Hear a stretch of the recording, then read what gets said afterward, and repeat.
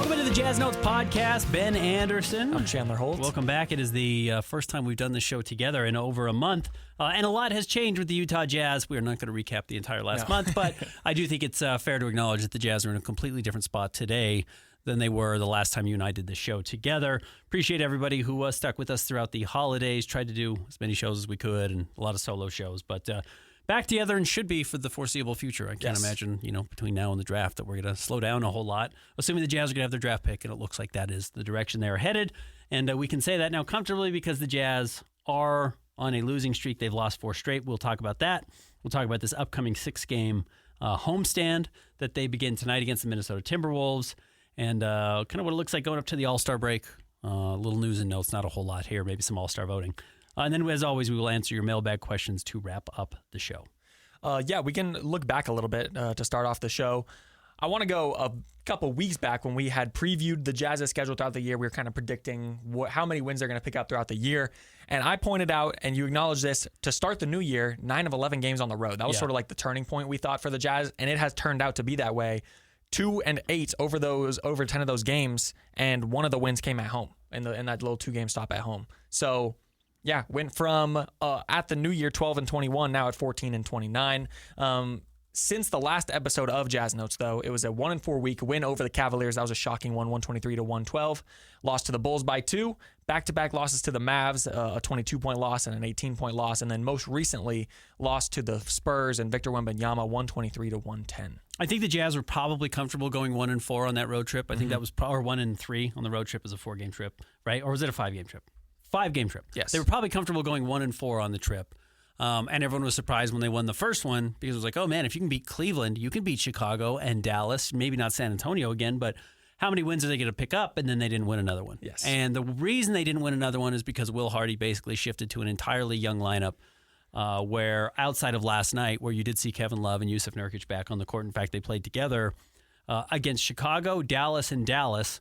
The starting lineup was Keontae George. It was Ace Bailey. It was Cody Williams. It was Bryce Sensabaugh, and it was Kyle Filipowski. Yeah. Like, that's the 5-man losing lineup that the Jazz are running out there with. Now, look, I think Jazz fans have wanted to see these young lineups for a long time. There's questions of why is Yusuf Nurkic playing over anybody? Why is Kevin Love playing over anybody? And it's not necessarily how I feel, but for Jazz fans who only want to see development and only want to see the team lose games to get their draft pick, those are the types of lineups you need to play, and I suspect we will see them sprinkled in a lot throughout the rest of the year in games that the Jazz probably are not that interested in winning. I will say it isn't as pretty when, say, Larry Market and Yusuf Nurkic is out there, but I was really intrigued to see how Keontae George was running the show with these all, 22, 23, and younger lineups. I call it the 1-2-3 lineup. It's all first, second, and third-year players. It's the 1-2-3 lineup. Yeah. Yeah, and it's like, again, some of the games weren't very impressive. I think it was the first game against the Dallas Mavericks. He just had 17, 3-3. Not a bad game by any means, but also not kind of what we're starting to get used to with Keontae George. And then against the Spurs, again, you mentioned Yusuf Nurkic's back. He was in the starting lineup for this one. Most recent game, he bounces back. He has 30 points. Shooting percentages weren't great. He did shoot 40% from 3, but 6 assists. Keontae George is still on a tear. He's still tearing it up. I don't think he's all-star level yet, especially we have gotten those first all-star voting returns, but I have liked what we've seen from Keontae, especially in the young lineups. Agreed. I'm just fully bought in on Keontae. I'm a believer. I think he's a foundational piece going forward. He's going to be one of the Jazz's 3 best players over the next 5 years. Yeah. It's going to be he and Lowry and whoever else is the other guy, whether that's Ace Bailey or whoever they draft this year or whoever they trade the pick for or whatever the development is. Those are going to be 2 of your top 3 guys. Now they just got to find that third guy and then build out the rest of the roster. And I think the next 39 games are about auditioning guys on this team who can earn a role. Yeah. And look, that might not just be Cody Williams or Taylor Hendricks or Bryce Sensabaugh, who we should talk about coming up here momentarily. It might be Yusuf Nurkic. It might be Svi Mykhailiuk. Like, if Nurk is your backup center going forward, everyone seems to really like Nurk right now. Like, Nurk is really pretty beloved, it seems like. The players have his back. He's got their back, clearly. He's gotten in, arguments with people on Twitter about his teammates. Nurk is bought in, and I think Jazz fans should, he could get traded in the next 2.5 weeks. Yes. The trade deadline is 2 weeks from Thursday, so it's right around the corner. I haven't heard anything on the trade front from the Jazz, and again, they've been out of town. I will try and do some scrounging coming up now over the next six games because they're at home. But Jazz may not make any moves at the trade deadline, And some of these guys just could be back next year. I mean, like if Kevin Love was back next year, and the Jazz were like, yeah, we loved Kevin Love. It was like, it's the 11th guy on the roster. He's not going to play as much next year as he did this year, but he clearly has some value when he's on the court and some real know-how. Is there anything wrong with that? Like Svi plays well when he's on the court. Svi's really good. If Svi's in the rotation next year, like he should probably be your 7th man or your 8th man, but that's a good player. Yes. And he's really cheap. Like that allows you to do other things by overpaying other players to get them to come to Utah. So that's what's been interesting. But let's talk about Bryce, because Bryce did have the week that's worth talking about for sure. Started against the Bulls. He was put into the starting lineup. He had 43 points, I believe 21. He actually didn't come up. He didn't start. That's the weird thing. He hasn't started in any of these games. I was wrong. Did I say he started in these? He didn't start in any of these games.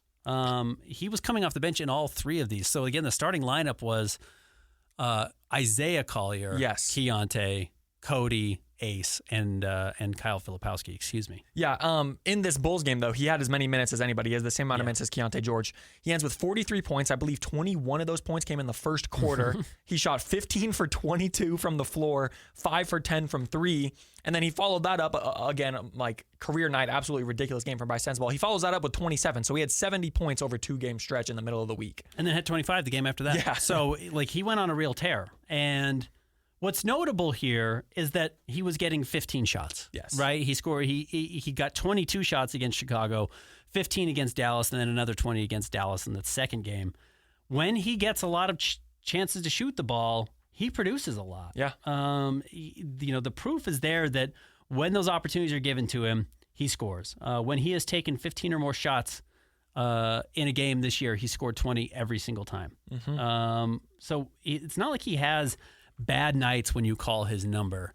The question is, how do you call his number within the flow of what the rest of the team is doing? Because the way Bryce plays is pretty disruptive. Yes. He's a ball stopper. Yeah. He reminds me a little bit of Al Jefferson, but Al Jefferson was a back-to-the-basket big, and Bryce Sensabaugh is a perimeter isolation scorer.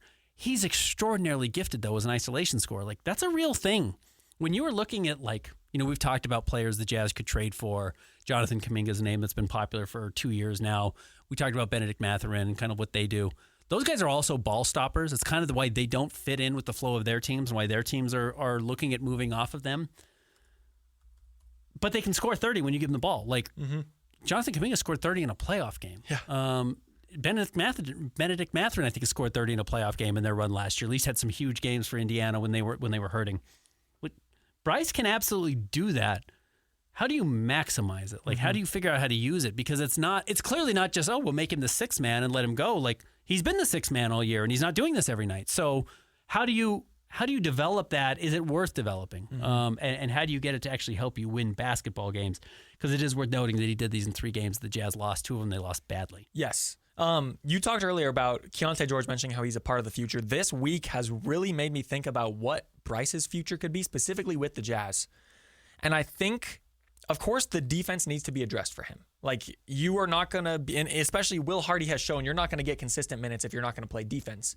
However, the Jazz are just not a good defensive team right now. Say in a couple years, they draft the right people, bring in the right people, and they're all of a sudden a good defense, and they have the offensive foundational pieces to be a good team overall. Where does Bryce Sensabaugh fit into that? Does he start getting more minutes because you have enough good defenders around him that it doesn't really matter that he's not a good defender? Because, I could absolutely see Bryce Sensabaugh being like a Jamal Crawford, like Atlanta, Los Angeles Clippers sort of mold of 6-man coming off the bench. I would say Jamal Crawford was a ball stopper a lot of times. When he got later into his Clippers years, he definitely let Blake Griffin and Chris Paul and those guys get the ball more. But it's really interesting, and I don't know how well he will fit into a Will Hardy team eventually. He's either going to have to become a much better defensive player and reduce his offensive role to being just a shooter, probably, because, again, the touches aren't going to come in a starting lineup that also have Keontae George and Lauri Markkanen. Yeah. Right? That's just the truth of it. And then you're going to run pick and roll with Walker Kessler, whoever the Jazz's center is going forward, and they're going to get touches. And that's just going to eat into what Bryce does. He's not going to get 15 a night. Some nights, maybe. Some nights that's the right role for him, but he also has to be good defensively. And the problem for Bryce is that neither Lauri or Keontae is good defensive players, but they're probably more valuable offensive players because Bryce may be a better, honestly, crazy, gifted scorer than even Keontae is. He may be more a natural scorer, getting to the mid-range, all this crazy stuff. he doesn't do any of the other things that make Keontae so valuable. Like Keontae is a legit point guard. Yes. He's a legit, like, I'm going to set the tone of the game. I'm going to get the flow going. I'm going to run at the right pace. I'm going to pick guys up when they need to be picked up. I'm going to slow it down when we need to slow it down. Like, he's not mastered, but he's figured all of those things out. And that's really valuable. And Bryce doesn't know how to do that yet. Yeah. And Lowry is just one of the best mismatches in all of the NBA. So you need to have him out there, and he's just an unbelievable shooter and scorer. So he needs to be out there. So Bryce being this good in Utah at those things is just a little redundant for the Jazz's roster versus a place that's like, awesome defensively that could really use a guy like that. And even then they don't match the bill now, but it's like, that would be Orlando last year or 2 years ago, which is like, oh, we got this crazy defense. We can't score at all. Yeah. Can we find a guy to help do that? Maybe even like Detroit this year. They talk about Lauri Markkanen, but they have an awesome defense. Right. Could you use another guy who can go out and get buckets when you just need an isolation score? And Bryce can do that. So does it fit in Utah? I'm not ruling it out. Again, as I've said, the closer I get to the game, the more I recognize I just can't predict the future. Yeah. Like, I didn't see this coming from Keontae. Mm-hmm. In fact, I didn't see Lowry taking another step as a 28-year-old and becoming a player who's like, oh, you can't trade him. Like, unless you get an absolute insane package. And it's not even a package. Like, it's just an equally good player back now at this point. You're not just like, well, let me take some swings on things back for Lowry. Like, you have to get a guy. Yeah. Like, you have to get Paolo Banchero back now. I'm not kidding. Like, that's got to be the conversation now for Lowry. It's not, well, give us Jaden Ivey and your worst whatever other Tobias Harris. And, like, the 29th pick. Like, why would the Jazz do that? That's a horrible trade. Yeah. You wouldn't do that now. You need guys back. Yes. Lowry's performing at that level. Not Brandon Pajemski and Jonathan Kuminga in the 30th pick. Like, that doesn't matter. Yeah. So I don't expect those things. I didn't see those coming. So I don't know what to see from Bryce. I'm not ruling Bryce out by any means. I'm just saying right now, if this is where he's going to stay, I don't know the best way to utilize him. Mm-hmm. And I don't think the Jazz know either. If they did, they would be playing him that way. I 100% agree. And I'm not ruling him out either. I just think Bryce's play style is very interesting for the Jazz because he has absolutely an amount of talent that you would want to keep in NBA player. Yes. No question about 100%. But it's like, okay, with everyone else, and I agree with you that Keontae, Lowry, probably even Ace are more important than Bryce is right now. So it's just an interesting question, but an absolutely crazy week from Bryce Sensabaugh. That's where all of this is stemming from. And, it's better to do that than not do that. Yes. There are, like we'll talk about it in the mailbag, like Taylor was not in the rotation last night. Mm-hmm. Not until it was the fourth quarter and the game was over did Taylor Hendricks get on the floor. Like, and I'm not, again, Taylor's a totally different situation because he's coming back from the injury, but Taylor's got to prove he's an NBA player. Yes. I think Bryce is proving he's an NBA player. Yeah. Like, doing that against Chicago or doing that against Dallas, enough teams see that and are just like, oh, let's take a guy like that. Yeah. Bryce got a second contract out of that. Yeah. Like, honestly, those 3 games and some other big nights he's had, probably enough to get him his next paycheck, which in the NBA is going to be at least 2 years and $10 million. Like, that's 3 games. It could just carved him out $10 million. He's also done that against Orlando. He's done it against Miami. So good for Bryce. Yes. Overall, I don't know how it fits, but good for Bryce. Yeah. You would rather do it than not be able to do it.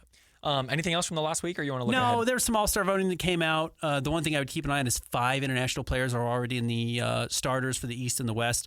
Remember, you have to get to 8 international players to fill out your roster. That doesn't mean you can't go above that. Mm-hmm.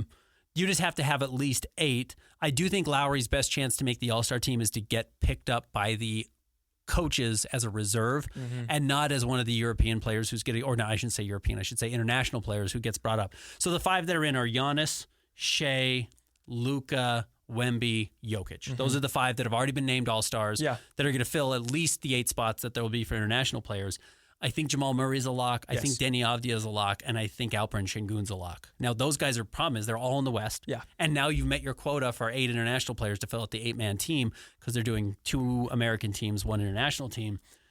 They don't have to take Lowry if he doesn't get picked by the reserves now. Yes. By the coaches as a reserve. And I think that means that's his best pathway. Is it 16 United States and 8 international? Yeah. Okay. 3 teams of 8. Okay. And then if you only end up with, like, let's say you had 10 international players and only 14 then American players, they would add 2 American-born players. Okay, to bring the rosters up. Also worth mentioning, Jokic might not be healthy for the All-Star game. He might not be. So there might be you never know. Yes, an extra spot there. Yeah, and that would be interesting to see because that wouldn't necessarily have to, like, you could bring in the most deserving American player to replace Jokic in the actual All-Star game and then go out and add another international player.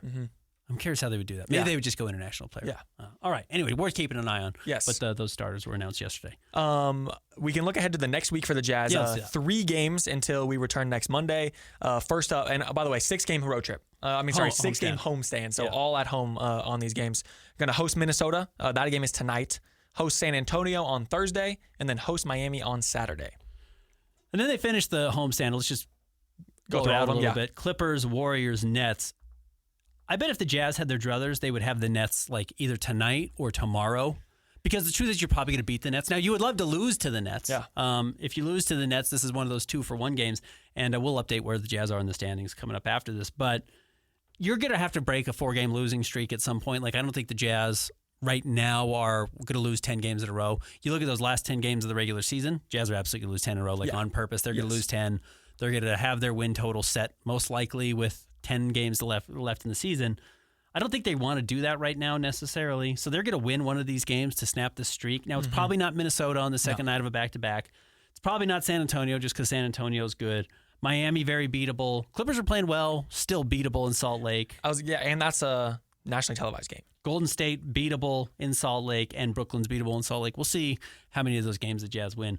But they're definitely going to lose the next 2. Yes. Timberwolves agreed. and Spurs, I think they lose both of those games. Then we'll see what they do Saturday against Miami. Yeah. 1-2, 0-3? Probably 1-2. They probably will go 2-4 on this homestand. Okay. I think they're probably I like that. comfortable with 2-4. Again, where the Jazz are right now, and we'll move into the standings now. The Jazz on the 6th worst record in the NBA. They're at 14-29. They are 2 wins ahead of the Brooklyn Nets. Brooklyn has just played 2 fewer games than the Jazz, so that's why there's the 1-game difference there. So New Orleans has the worst record, and they, Indiana, and Washington all have just 10 wins. Sacramento and Brooklyn both have 12 wins, and the Jazz have 14 wins. Again, wins are the only thing you really need to focus on at this point. Sacramento is 4 of their last 10 they've won, including it was a 4-game road or win streak. They're playing a little bit better. We are in the dog days. I just wonder if the veterans know how to win these games. Where the Jazz look tired to me. I mean, honestly, I think the Jazz young guys are like Walt can't hit a 3 now. All of a sudden, now he's been on the road. He'll probably shoot better when he gets home and recognizes the rims, but sleeps in his own bed. But look at everything Ace shoots. All of his threes, he banked one in yesterday, and then he made another one. But before that, I think every single 3 was short. Like he was hitting the front of the rim on a lot of them. It looks like Walt is throwing the ball at the rim to me a little bit. Like he's already got kind of a catapult shot, but he's really is throwing the ball. He's shooting. He's not just letting it go. It looks like he's trying to get it to the basket. I think young guys will get tired. So that's where the Jazz sit. They are 2 games now suddenly, though, back of Charlotte for the 6th seed. The Charlotte sitting in the 7th seed in the play or in the lottery. Charlotte is at 16-27, so it's a legitimate 2 games, 2 wins and 2 losses. And then Dallas has made significant room between the Jazz with those 2 losses. It's now 3.5 games between those 2. Remember, if the Jazz have the 6th worst record or worse, they're pretty much guaranteed to hold on to the pick. It's a 96% chance of holding on to the pick. Not guaranteed, but high likelihood. If they're at 7th, it's still 86%. So you still feel pretty good about it. Yeah. I think the Jazz are positioning themselves well. If they want to absolutely guarantee themselves to hold on to the pick, they'd have to end with the 4th worst record, which again, with what Brooklyn and Sacramento are doing, not totally out of the question. No, absolutely not. If you look at sort of the bottom 5 or 6 in the league, nobody has a worse over their last 10 than 2-8. The Jazz are 2-8. The Nets are 2-8. New Orleans and Washington are 2-8. But a lot of these teams, Indiana, I think that's Sacramento 4-6, and then even the Hornets 5-5. A lot of these teams are picking it up, and the Jazz are sort of going the opposite direction. We have a question about more about the standings that we can get into in the mailbag, but for the reverse standings enjoyers, it is looking good, I guess you could say, for the Jazz. With 39 games left, the Jazz control their own destiny. Yes, and can do whatever they want to get there. Yep. They are showing how they can tank these games and lose these games and justify it by playing all their young players and just dressing but not playing Nurkic and dressing and not playing Kevin Love and Svi Mikhailiuk, etc. And we'll see how much Lowry plays the rest of the year. Yeah. He doesn't have to play at home at all. True. There's no player participation policy at home. It does apply on the road. So we'll see. Lowry just may not play a whole lot of games in Salt Lake City the rest of the way. All right, let's take a break. When we come back, we'll get your mailbag questions. Stick around. More Jazz Notes coming up next.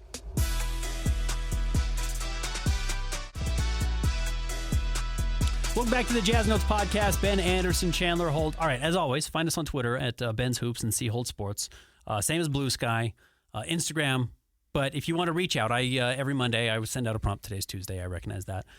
Send out a prompt asking for your mailbag questions. You just respond there. We'll read them on the show. But as I got several, you can also DM me, Instagram, Facebook, IG, whatever, and I will generally see them. I know I miss them occasionally. If I do, I probably didn't mean to. I guarantee you I didn't mean to. And you can follow up and just say, hey, I think you may have missed this one. Can you address it next time on the show? So happy to do that. Let's start with some DMs. I got one from Todd Crow. Todd says, can you list the reasons why Taylor isn't playing very much? Taylor Hendricks was out of the rotation almost entirely. Again, as we said yesterday, played 5 minutes, no rebounds, no assists, no steals. I do think Taylor's struggling a little bit. He's just not played particularly well. Now, his shooting percentages are fine, 47% from the floor again this season, 36% from three, 77% from the free throw line. It's like exactly who he was as a rookie. It's funny. His shooting is a real thing. Yeah. It's a legitimate weapon.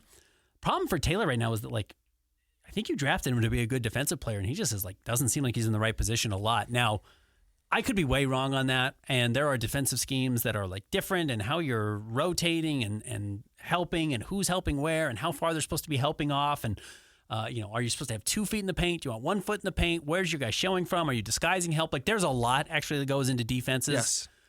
And when I look at the closeout that just clearly wasn't there, looks like that was Taylor's guy. That may have been somebody else's rotation that was supposed to come from the weak side. I don't know, whatever it is. So I'm not trying to just point all at one guy, but I do think we've seen some areas where Taylor is not in the right position, and that's one of his real pluses that he's supposed to bring right now. Yeah.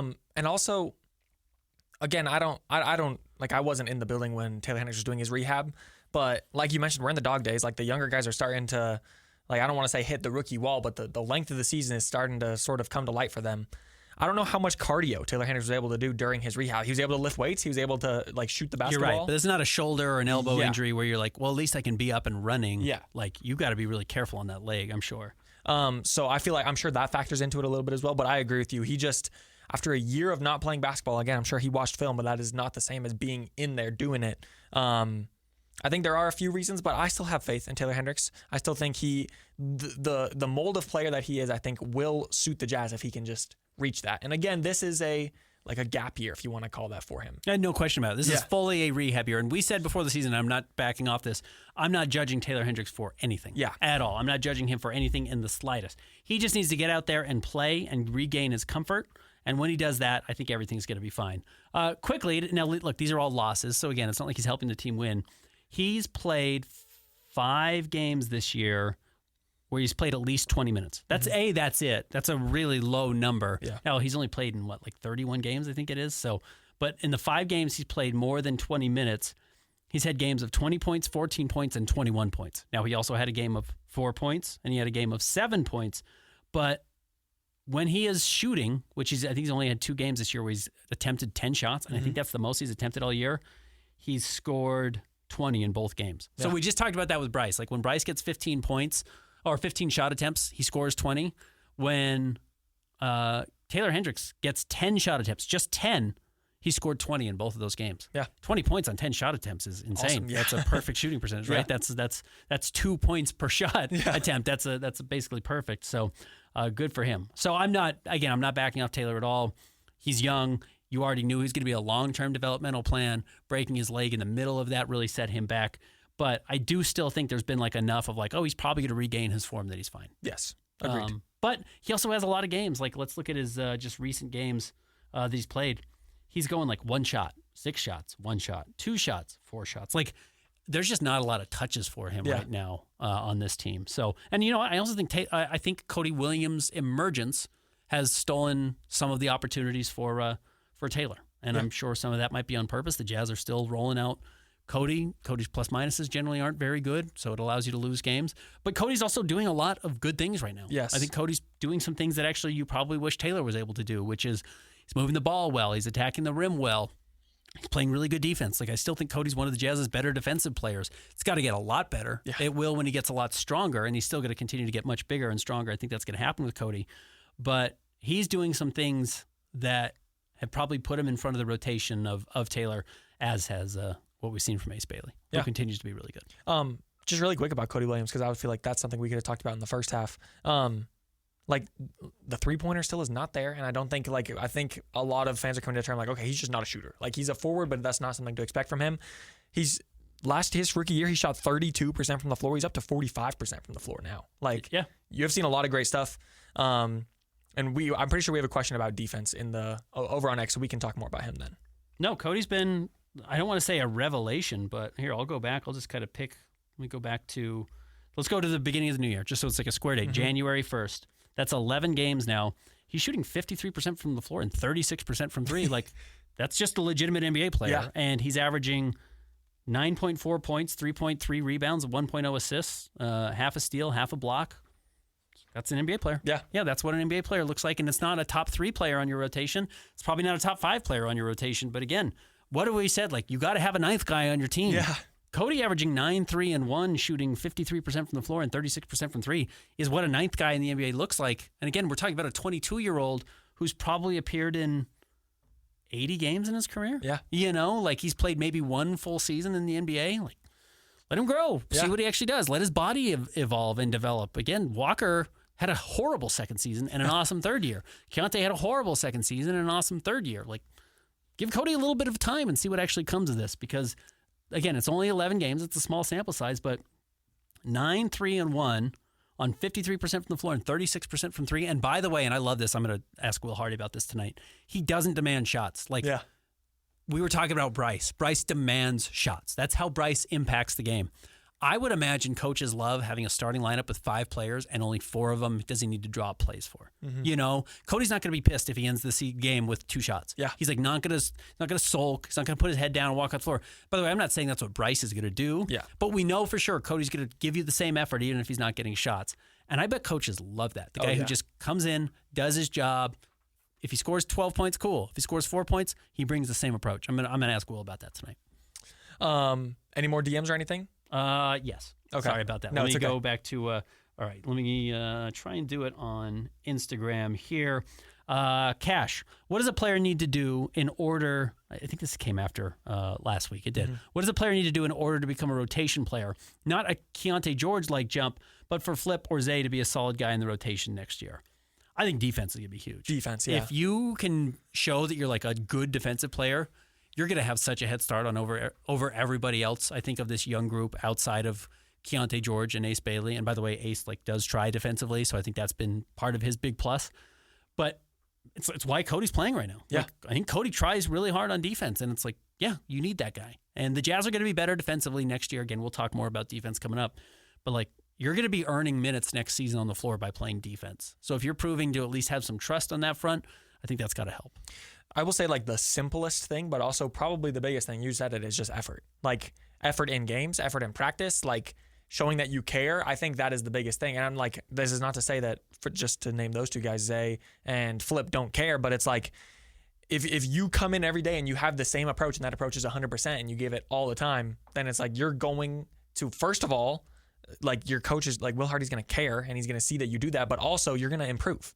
Like in areas that you need to improve, and the things you're already good at are going to get better. So let's go back a little bit further than that. Let me pull it back to, again, I'm cherry picking these stats on purpose a little bit. Don't get me wrong, to like try and get the numbers to look a little bit better, but just to give them the benefit of the doubt. It's not like I'm picking random games. I am going back. This is a straight line of games. Over his last 18 games, Isaiah Collier is shooting 32% from three on nearly 2 attempts a game. Like we've talked about, he doesn't need to be 38%. He probably needs to be 33%. If he can shoot 33% with his other skills, which is basically impossible to stop from getting into the paint. He loves that little Giannis. He's the 6'2" Giannis where he just throws his shoulder into you and then like hits the little floater. Yeah. He's really developed that as a go-to move. He also averaged 7.6 assists a game, like in 18, coming off the bench in 25 minutes. Yeah. 7 assists in 25 minutes is crazy. And he only turns the ball over 2.5 times a game. So he's got a 3-to-1 assist to turnover ratio. And he's kind of starting to shoot better from three. It's coming together for him. He's playing well. Yeah. He's playing better than Flip is. Yes. Flip has had a pretty rough stretch, it feels like to me. He had some games last year. Again, remember, he had a 30-15 game last year. Like Flip had some real breakout moments. And again, it was late in the season. It was a little bit of a nonsensical game against Portland. But we have not seen Flip kind of fill that role. And it just kind of goes back to like maybe the second season doesn't need to be what you determine the rest of a guy's career on. Like I think Flip's still going to be fine. he had a good rookie season. He dominated the summer league and probably came into the year thinking like, I got it made. Yeah. Watch this. And then the league is like, yeah, watch this. Yeah. And he'll be better next year, I would imagine. But he has not had a great sophomore season. Yeah. One more on the DMs really quickly. Let me make sure I get to this. I apologize here. Man, I'm bad at this. I apologize. Geez, let me find it really quick. We might have to edit this one out. Probably don't need to. It'll be just fine. John Ebenezer says, hey, Ben, you missed this question last pod, but probably the best since it applies more next week. With the deadline looming, he'd like to hear mine and your thoughts on it as well for the trade deadline for the Jazz. Just like if we think people will get moved, who will get moved? Stuff like that. I'll start and you can feed off it if you want. I think it's interesting that the couple of things that really matter. Mm-hmm. The two teams that were kind of in the running for Lowry, the big conversation teams, the two big name teams, were the Golden State Warriors, who just lost Jimmy Butler for the season with a torn ACL. The truth is Lowry by himself just doesn't make enough of a difference now on that team. So they probably don't trade him, right? In fact, this is your opportunity to just play Jonathan Kuminga 1,000 minutes now if you want to. Just like go take all those minutes from Jimmy Butler, put him in the starting lineup and let him play. You're not going to win a title anyways. Yeah. Might as well fully see what you have, and if you can trade him in the next 2 weeks because you let him go out there and play a lot, great. Or you trade him in the offseason. I think they've got a team option, or maybe he's got a player option, whatever it is. But I think that they were probably already just kind of eliminated from getting Lowry. I think that really takes them out. Detroit remains really interesting because Detroit is so far and away better than everybody else in the East. Yeah. That they should go make the finals this year. Yeah. And if you want to go make the finals this year, you should throw everything at the Jazz to get Lauri Markkanen. That would be my thought. And in fact, everybody in the Eastern Conference right now should say, what do we have to do to get Lauri if we can even get him out of Utah, which I'm very, very skeptical of. But everyone should be trying to get Lauri right now to make a jump because the East is so wide open. Yeah. And maybe I'm just discrediting Detroit being a really good team. Detroit is just a really good team. Yeah. But if they were to add Lauri, that's a great, great team. Yeah. They have a chance. They have a chance to win a championship this year. I still take whoever comes out of the West over Detroit, but also remember,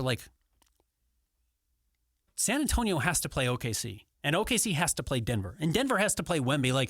These teams are just going to kick each other's butt. Including Houston's in this mix. You guys are going to go through an absolute gauntlet playing 7-game series. You're a good team in the East. You might skate to the finals, and then you're like, yeah, we're fresh. We feel good. You guys are beat up. Go beat each other up in the West and then come and play us. It's kind of how I think Indiana almost won the title last year. They skated relatively easily through. I know they had a couple of good series, but they had an easier run through the East than anybody did in the West.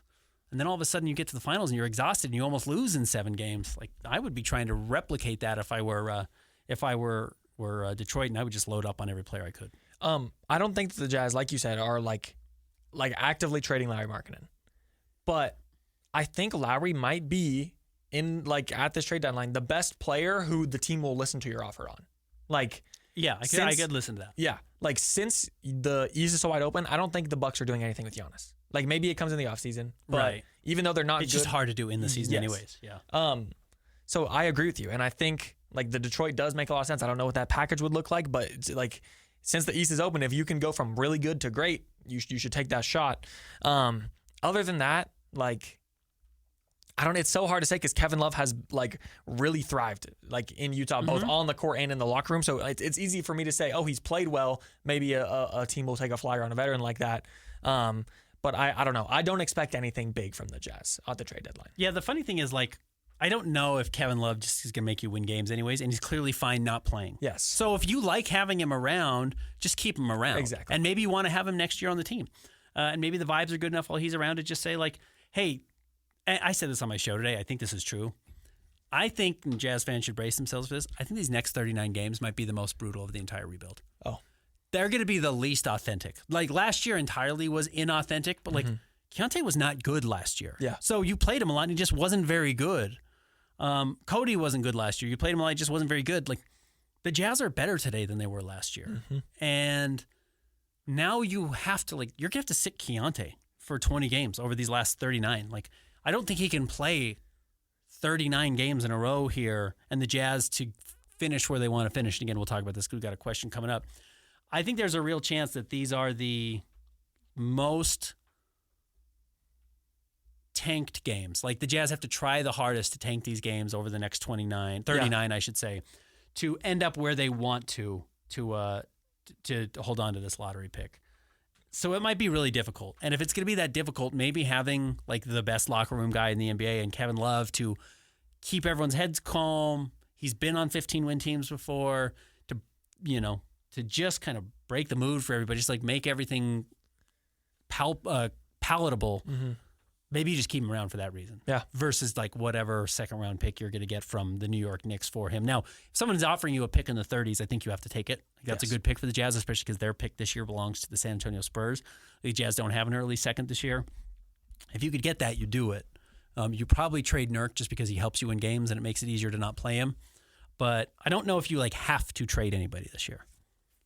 I will also say this.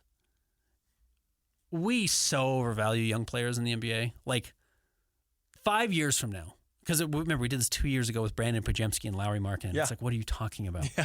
Like, do you think the Pistons would really regret trading Asar Thompson for Lauri Markkanen 2 years from now? Like, is Asar going to be that good? Yeah. Is Ron Holland going to be that good? And even if you have to give up both of them, like, are they going to be that much better than what Lowry is right now? Is either of them combined? Are they going to be? Probably not. Yeah. Is either of them individually? Almost guaranteed no. Like, Asar Thompson's a very good player. He's averaging 14, 6, and 4. He can't shoot at all. Mm-hmm. He's not going to create a lot of baskets. Like, I don't know, man. I get he's an awesome defensive player. Like, I do get it. Also, there's a reason like Herb Jones slips to 30 in the draft very regularly. Like, we just don't value defensive players very much in the league. You can get those guys, not with the number 6 overall pick. It's really hard to find 7-footers who shoot 40% from the three-point line, especially playing the way they are right now. Yeah. That just never stop moving and add elite size and scoring to your roster. Just think overall Lowry's more valuable than all those guys, which A, Jazz should just hold on to him. But B, if you're Detroit and you think this is your chance to win a championship, like drawing the line at Asar Thompson's probably a mistake. Yeah. This is probably a terrible example, but like I don't think the Warriors regret trading Andrew Wiggins for Jimmy Butler, even though Jimmy Butler hasn't worked out. Right, absolutely. And Andrew Wiggins won a championship with them. Right, absolutely right. So it's like, I think that is sort of a comparable thing that like, okay, you gave up youth to get a better player, but it's like, okay, like Andrew Wiggins is the same Andrew Wiggins he was when he was with you. Like Andrew Wiggins is like, again, we always do this, we forget, like AJ DeBonce is the greatest prospect I've ever seen, or Cooper Flagg is the greatest prospect I've ever seen. People don't remember how we talked about Wiggins. Yeah. Like Maple Jordan. Like Wiggins is the single best can't miss prospect we've had since LeBron. You have to have him. They traded him for Kevin Love, who love Kev.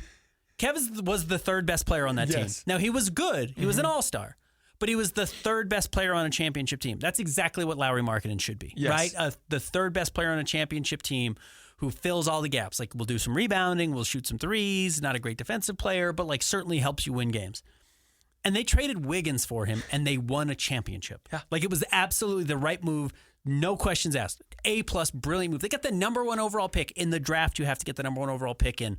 And they traded it for Kevin Love, and they did nothing but reap the rewards. They did nothing but celebrate a title, hang the first banner ever in Cleveland. Mm-hmm. And they will remember it forever. Yes. And you're going to be like, Asar Thompson, though. I don't know, man. Hey, imagine that Cleveland team with Andrew Wiggins. He's not even the best player in his family, and like you're gonna not. Anyways, neither here nor there. Yeah. But just don't overvalue your young players. Yes. If the stars become available, they are better than your young players. Yeah. Like Kevin Durant's better than Jalen Green. Yes. It's better to go get those guys. So, anyways, that's my approach if I were a Pistons fan. Like I'd be like, go get Lowry, Asar or Ron Holland or both. Lowry's better than they are. Yeah. Anyways, but I think the Jazz will hold on to Lowry for that very reason. Over to X now? Yeah, let's do it. Okay. First up from Sam, he says, where do you think the Jazz will end up in the lottery odds by the end of the season? A couple of things here. As I mentioned, a lot of the teams down near where the Jazz are winning more than the Jazz are right now, sort of heading in opposite directions for a lot of them. Also, right now the Jazz are 6th in the reverse in the lottery odds. Uh-huh. Like what happened last year, which is kind of scary, but they would need 3 teams outside of the bottom 4 to jump into the 4 in order for them to lose their pick. So if I'm not mistaken, if they were 5th, they would need all 4, which I don't even know if that's ever happened before. Right. So I think to have a 0% chance to lose your pick, the Jazz need to be one of the 4 worst teams in the NBA. Let me look. Did it happen last year? Because the Jazz dropped 4 spots. Mm-hmm. 4 teams jumped the Jazz. It was the Mavericks, the Spurs, and then The 76ers. And then Charlotte. Charlotte was the also, one who kept. They stayed in the top 4. They stayed at 4. Stayed in the top 4.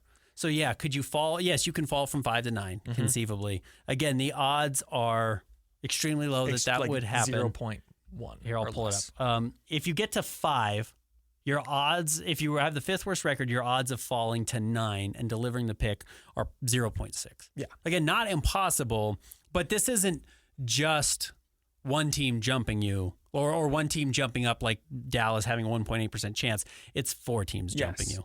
So, again, the Jazz may say, that's too big of a risk for us. Yeah. 0.6 is too big of a risk. We've wasted this whole season. You absolutely can't waste an entire season of wins to still have a chance of giving up your draft pick. Yeah. Like maybe they will feel that way and they say, we're going to get to the 4th worst record.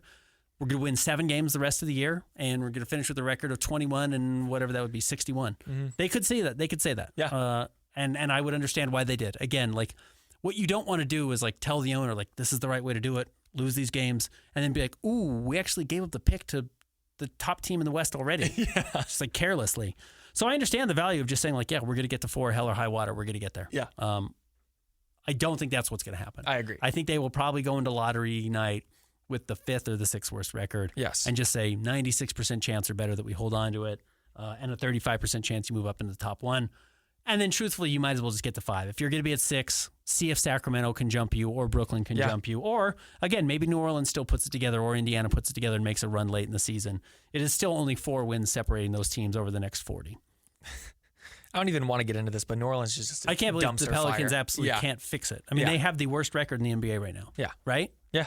Tied, or worse because they have one more loss than the Pacers, yes. Worst record in the NBA, simply cannot figure it out. And it's crazy. It's like we could say, like we said for other teams, like, oh, they don't want to lose games, so like maybe they'll jump, but it's like they're terrible. I watch Atlanta, and I'm just like, man, Atlanta's really disappointing this season. They were one of the teams I thought was cool. I thought they had a good offseason, and they're just like, they're in the play-in in the West or in the East right now. I think they're in 10th or something. It's like, oh, it doesn't matter. They got the number 1 pick coming to them. Like they've got a top 5 pick coming. They haven't had to earn it at all. It's just like one of the great acquisitions of all time and one of the stupidest trades I've ever seen. I remember working it on draft night, not understanding it. So good for Atlanta, and hey, good for the Jazz. That's a top 5 pick going East. Exactly. Like you don't want New Orleans getting that pick. That was a great trade for the Jazz too. You wish the Jazz had gotten involved in it. Yes. But you even better, or not better, but at least it's going to the Eastern Conference and not staying in the West. But I do think the Jazz, if I had to guess, I think the Jazz will finish with the 5th worst record. I was about to say, back to the question, I trust at least one of, if not both of Sacramento and Brooklyn to finish with a better record than the Jazz. So one of the 5 worst records. Yeah, I don't think it's going to be Brooklyn. I think Brooklyn is going to. I agree. As we're talking to Lowry to Detroit, they should just go get Michael Porter Jr. Yeah. And he'd cost less. You can probably do it for Jaden Ivey, even though it's not like they need more point guards, but like maybe Ron Holland, Jaden Ivey, and Tobias Harris. The nice thing about that, though, if you're the Jazz, like those guys might actually help Brooklyn win a couple of games, too. Like Tobias Harris knows how to play. Yes. And unless they're benching him, which they may just bench him. We'll see, though. But I would say I think 5 is the sweet spot right now for the Jazz. Agreed. I've kind of gone through their schedule, and as I do it, I'll look at like a 3-game stretch. So they can win 1 game, 4 game, whatever. I kind of have them right there at like I've come out with 23 and I've come out with 26. Okay. So it'll be somewhere in that range. They're not going to finish with like 21 wins. That would be 7 the rest of the way over 3 months. That's hard to do. Next question from Josh Chisholm. What pathway do you see the Jazz taking to get better at defense? Getting Walker back helps theoretically, but they've got to add some perimeter defense at some point, right? Yeah. You will just go out and you'll sign players that play defense this summer. I mean, that's that simple. Yeah. I think it's free agency. Like you think about Detroit, they brought in, it was like, I think it was Tim Hardaway, Tobias Harris, another guy, and all of a sudden they just jump because you have veterans and they're better at defense. They know how to play. Yeah. So I think it's that. And then I think, like we've talked about Cody Williams, like, and Cody Williams, like on his current trajectory, in 2 years, he'll be an actually like good defender in like the scale of the NBA. Yeah, absolutely. So, and like maybe you can rely on Taylor Hendricks to be a 20-minute per game, 70 game a year guy, and then Walker's back. Like I think the pieces start to come together. It is just not really in favor because of age and Walker's injury and other stuff for the Jazz right now. Yeah, your center rotation is Walker Kessler and Daniel Gafford. Yeah. You know, as opposed to Yusuf Nurkic and Kevin Love and Kyle Filipowski. It's like, so you just have some type of rim protection for 48 straight minutes, and then you go out and, you acquire Nickeil Alexander-Walker or whatever it is. You know what I mean? You go out and get these guys who know how to play a little bit of defense, and conceivably Keontae gets better, and when those guys are playing better, Lowry's defense looks better. Because Lowry I actually think does a lot well. I just think the defense as a whole is so bad that, like, even if you play well for one possession, they just screen you off. And then all of a sudden you're being defended by a bad player. Not a bad player, a bad defensive player. Yeah. And you're in trouble. But it's like, yeah, there are good defensive guys. Like, there are good defensive players in the NBA. And I think actually the Jazz have a few on their roster already. So it's going to be like, yeah, Walt Clayton's got to get into NBA shape. Like, I'm not saying he's not in shape, but like playing 82 game shape. And I think he'll be a fine defensive player. I think Isaiah's going to be a fine defensive player. I think Cody's going to be a fine defensive player. I think Taylor has a chance to be a fine defensive player. Same with Lowry and Key. And then you bring Walker back. And then, yes, you go and add 3 actually good defensive players. And all of a sudden the defense makes some sense. We have a few more defense questions, so let's stay on the topic. First up from Scally Nation. What's the problem with the Jazz's defense? Is it miscommunication, scheme, talent? Is there hope for next year by adding 1 or 2 players to dramatically improve? Yeah. Because dramatically is going from 30th to 20th for the Jazz. Yeah. That's the nice thing, because the Jazz's pathway back to like being a playoff team is going to be going from the 30th best defensive team to the 20th and going from the 12th best offensive team to the 5th. Yeah. Now, the 5th offensive team is going to be a breeze. Yeah. They're going to jump up to being a great offensive team in no time. Yes. I don't think that's going to be hard for the Jazz to do at all. Then you just have to have a passable defense, which is, you know what, that's how Indiana got to the finals. Yeah. They had a passable defense, like pretty mediocre, and a great offense. And I think that's what the Jazz are going to have to look like as well. Next up from C. Scott, he says, outside of internal development with their youth, what is the biggest area of need for Utah to become a contender? And he said, looking for your opinion on a player archetype. Honestly, I would think like maybe this is Ace Bailey, even though I don't think he projects as a 2, but like a 2-3 that is a really good defender. Like if you get Darren Peterson, he already projects as an NBA defender. Yeah. Yeah, AJ DeBonsa. Yeah. AJ's got to get better defensively. Like, people keep celebrating. They're like, AJ hasn't committed a foul in 6 weeks. I'm like, foul somebody. Yeah. Fouls are good. Yeah, well, use your they fouls. give you 5. Yeah, you should use them. Like, every time not fouling unless you're getting a steal or a block, every time is bad. Yeah. Actually, commit a foul. That's fine. But I think AJ is going to be a good defensive player. So, yes, somebody like that. Ace certainly fits that archetype. Like, Ace can be a 2 or a 3, though he may project more as a 3-4, which is, I think, what you and I have thought. But, that's what Paul George was, and Paul George was a heck of a defensive player in his prime. So exactly. Something like that would be very beneficial for the Jazz if you could get that guy. Rudy Gobert as a 5 would be great. In all honesty, like getting a true defensive wizard in the paint would be huge for the Jazz. And Walker's good. He's not that. He's not that type of a defensive player. So Walker will certainly help. Yeah. Yeah, a guy. I mean, you need switchable guys, right? You need guys who can go out there and guard 3 or 4 positions and switch all over the floor. And I think Cody's going to be able to do it, and I think Ace is going to be able to do it. Isaiah might be able to. He's pretty strong. Lowry's shown certainly more effort defensively. Actually, I think a 5 who can guard a lot of positions would be really beneficial for the Jazz. And maybe it's just like a small ball 5. Maybe it's a guy who doesn't play 40 minutes, but maybe he's a 4-5 who can get on the floor with Walker and then kind of switch everywhere. Yeah. Draymond, as much as we talk about like this death lineup for the Warriors, which was the death lineup with Draymond, and they went really small. Draymond also played a lot of 4 in their primes because they had Bogut's, or they had, guys like Bogut. I know his name was not Andrew Bogut's. They had Bogut. They had even JaVale McGee. Like they had guys to play the 5, and then you would have a 4 who would switch everywhere, including the 5, and on to the 1. If you could find a 4 that was really switchy, that'd be beneficial. Another defense question from James Vaughn. He says, do you think having Walker back would be enough to form a defensive identity? Also, in the offseason, should we try to acquire a player that's defensive-leaning a la Peyton Watson or more offensive-driven like Austin Reeves?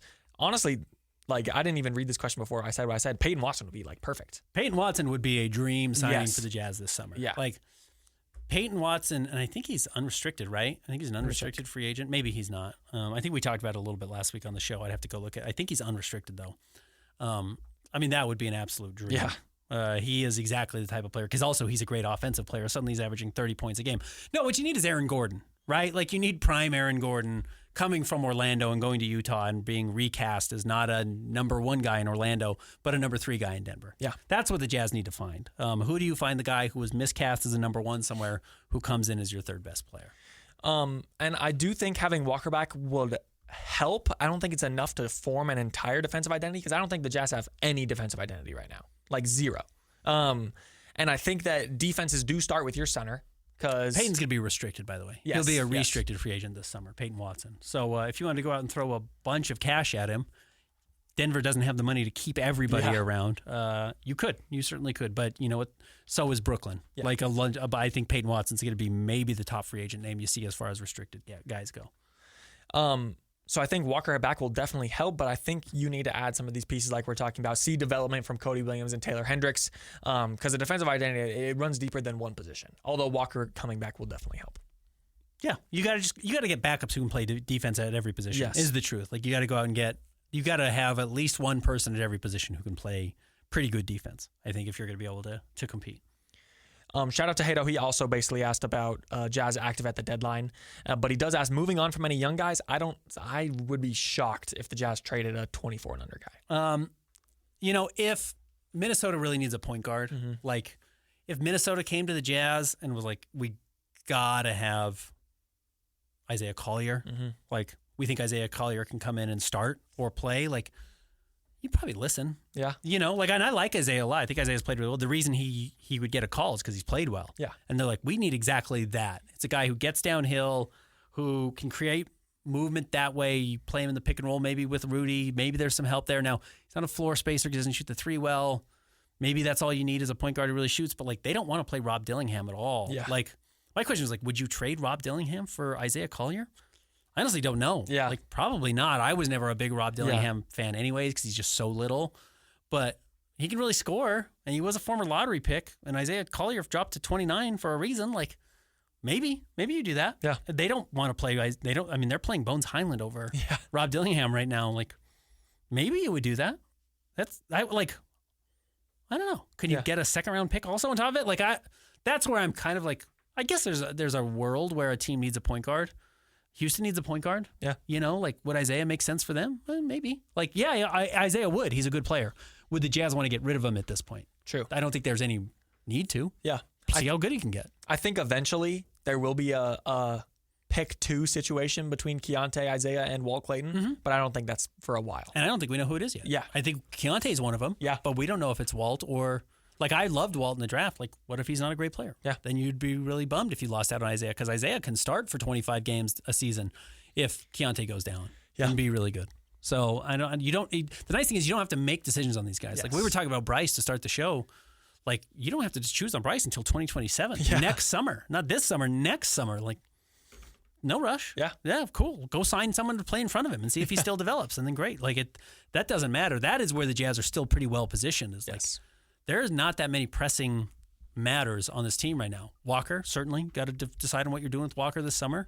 But you could trade Walker in the next 2 weeks if you wanted to. Yeah. You don't have to do anything. And being restricted, you can pay him whatever you want to. So the Jazz are still in the catbird seat with all of these young players. Yes. That's the nice thing.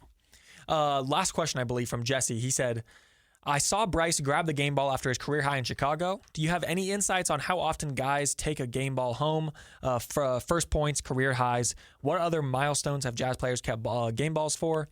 Also curious what guys do with the balls after. I ask guys about their trophy case quite a bit. I've asked that a lot. Bryce probably doesn't have that many trophies. He may have been Gatorade Player of the Year or whatever, wherever in Florida. Probably wasn't, though. Florida's a great high school basketball state.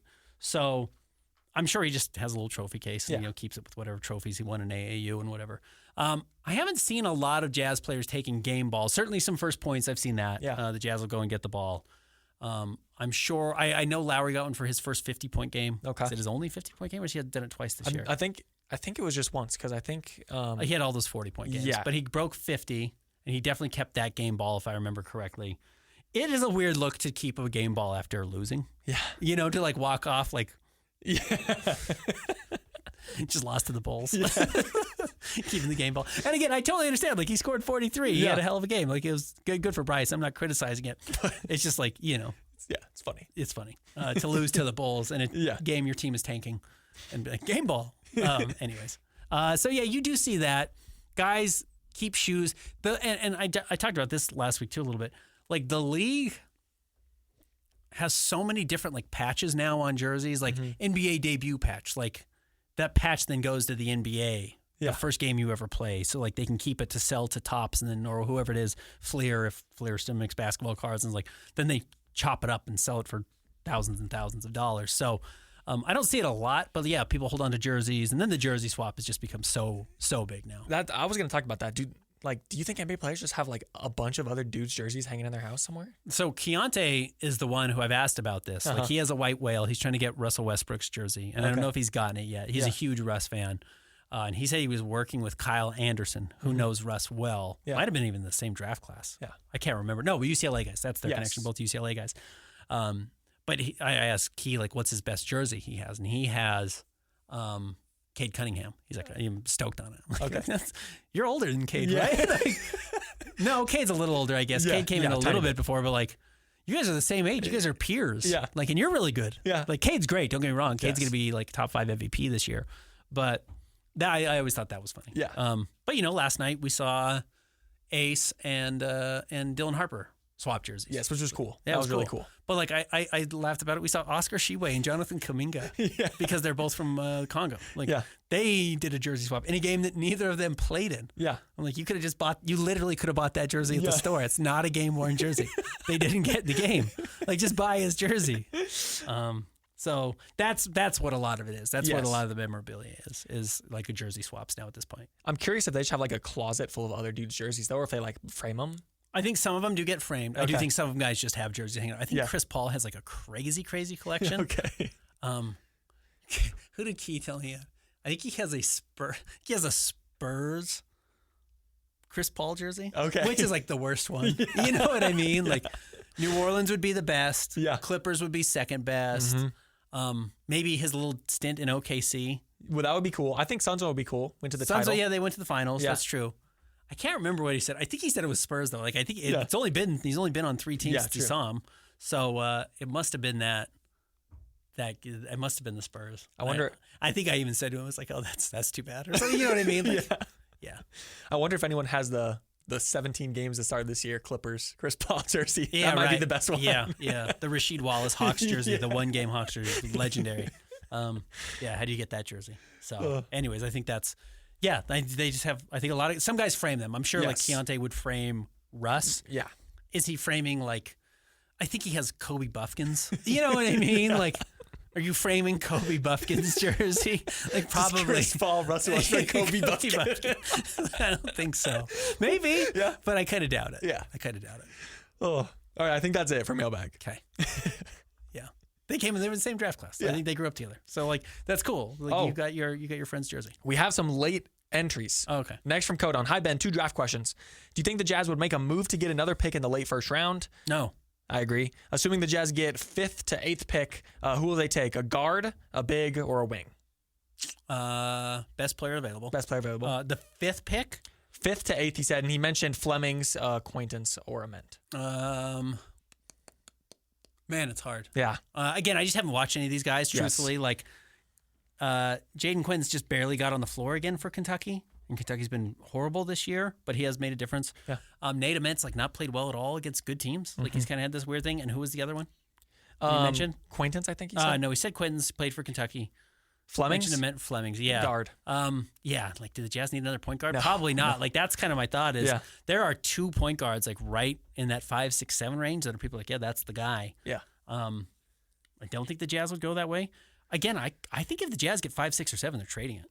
I'm not kidding. I think like if the Jazz get top 4, you've got a very clear top 4. Yes. And you hold on to 4 on draft night because there's a chance that Cam Boozer falls to 4. Yeah. Like, there is a chance that happens. I don't think he'd fall to 5, but AJ and Darren have kind of seems like they have locked themselves in as the top 2. Mm-hmm. Then I think Cam Boozer's clearly 3, but Caleb Wilson at North Carolina. Again, I've seen the top 3 guys because they're always on TV. I've watched Caleb Wilson a little bit because I've watched North Carolina a little bit, but I'm not watching full games. I'm doing it on purpose, by the way, too, because it's like I don't want to fall in love with a guy or develop an opinion on a guy in December. Yes. And then be like, well, now I have to justify that in May because that's what I said in December. Like, I try to not watch these guys on purpose. So they all kind of enter at the same spot. That's why I do this. It's not just laziness, but the Jazz season is very time consuming. But I do wonder if a team would take Caleb Wilson 4, and then Cam Boozer drops to, or 3, and then Cam Boozer drops to 4. Yeah. And then you're like, oh man, that's one of the guys. Yes. The same way Ace Bailey fell to a 5. I was gonna say I don't know about this time last year. Maybe like it was October instead of January, but like I'm pretty sure Ace Bailey was like the consensus number 2 pick in the draft at that time. And the top three were Dylan Harper, Ace Bailey, and Cooper Flagg. Yeah. And Cooper was one, but like that was the top three, and you ended up getting one of those guys at 5. Yeah. So like you might wait till draft night to do it, but I think if the Jazz end up 5, 6, 7, and like it's point guards on the board, I think you're trading the pick. Yeah. Honestly. And like that's how do you all the questions we got. How do you get better defensively? What type of player are you looking to add? Like Peyton Watson, you know what I mean? Like that's where you get Peyton Watson. Yes. Because all of a sudden he's gonna cost $25 million a year. Denver's notoriously cheap ownership is like, no way in hell can we pay this guy. Yeah. We're not gonna go $200 million over the like into the luxury tax. But you can get the 6th pick and be like, I think Koa Pete can do some of those same things, or Nate Ament can do some of those same things. And he keeps our timeline alive, and the Jazz are like, awesome. We'll take your already developed Peyton Watson that you did all the hard work on, and he's ready to step in and play now. And a pick. Yeah, right. Yeah, great. Yeah. Perfect. So, yeah, here's the 8th pick, and we'll take your 28th pick. So could the Jazz trade into the late first? Yes, by trading back from 8 to whatever. Yeah. I don't even think the Nuggets have picks, but yeah, that's how you do it. Yeah. I could absolutely see something like that. Yeah, sure. And then last question, another one from Kodon, I believe, says, question about Nurkic. Do you see him as a fit for the Jazz in the next season? What is an estimated contract he should get? I don't think he's going to get that much, but he is unrestricted, and he's probably going to be one of the better unrestricted centers. Mm-hmm. What did Jonas Valanciunas get? Because did he sign this offseason, or did he get traded to Denver? Now, he hasn't played very much because he's hurt. Because there was a thing about him signing. He's like, I might go overseas. Yeah, he got traded. I think Sacramento traded him. And he thought, I might go. And they said, you're already under contract, buddy. You got to come here. He was traded. He makes $10 million this year. So I'm just going to say $10 million. Yeah. I'm just going to go right out there with 10. And I think he does absolutely fit. Of course, he will likely, maybe even better word, hopefully be the backup behind Walker Kessler. He's a backup center. Yeah, he's not a starter. But as you mentioned earlier, maybe he's a guy that you trade and eventually look to upgrade a backup center to the guy you said from the Mavericks. Gafford. Yeah, right. I've really enjoyed the Nurk experience. I think he's really fun to watch. He's enjoyable around in the locker room. He's very quiet, but when we have talked to him, he's given us, I think, maybe the most memorable press conference so far this year was from Nurk. I thought he was incredible. I put it up on my Instagram page at Ben's Hoops. You can go back and look at some of the clips. Maybe I didn't put it on my Instagram page. I definitely tweeted it out. You can go back and scroll through. But no, he's been totally fine. And the nice thing about Nurk, again, is we just talked about Isaiah. Don't trade Isaiah, because if your starter gets hurt, he can come in and play 25 games. Same with Nurk. Nurk can be your backup, and in a pinch, Walker Kessler blows up his shoulder, Nurk can come in and start 70 games. Yeah. And you're like the Jazz aren't trying to win, but he's very serviceable. Yeah. Nurk's a good player. Agreed. In fact, again, I floated this last week. They're good right now, so they probably don't want to disrupt anything. But Boston needs a better center. If they wanted to cut salary, would they do Anthony Simons for Nurk? Anthony Simons is probably not the reason they're winning a bunch of games. Yeah. Right? And are you going to trust Nimi Keita in the playoffs? Now, are you going to trust Nurk in the playoffs? I don't know. Yeah. But Nurk's been there. Sure. Nurk's played a lot in his career. Nimi Keita's not ever been there. At the very least, wouldn't it be nice to have an answer? Yeah. Maybe that's the type of team I would keep an eye on. Is yeah, we actually do need a improved starting center, or a guy we could at least play and we'll still shave some money. It's just types of things like that I would keep an eye on. Yeah. All right. I think that's it for the mailbag. Long show today, but fun to have Chandler back. We will be back with you again on Monday. I think I'm recording Thursday. I don't know. Okay. But we'll definitely be back next Monday with another Jazz Notes podcast. As always, follow us on Twitter and Blue Sky at Ben's Hoops and C Holt Sports. Read us at KSLSports.com. You can find this episode on YouTube. It looks like we're still recording. Yes. And we'll be back with you next week.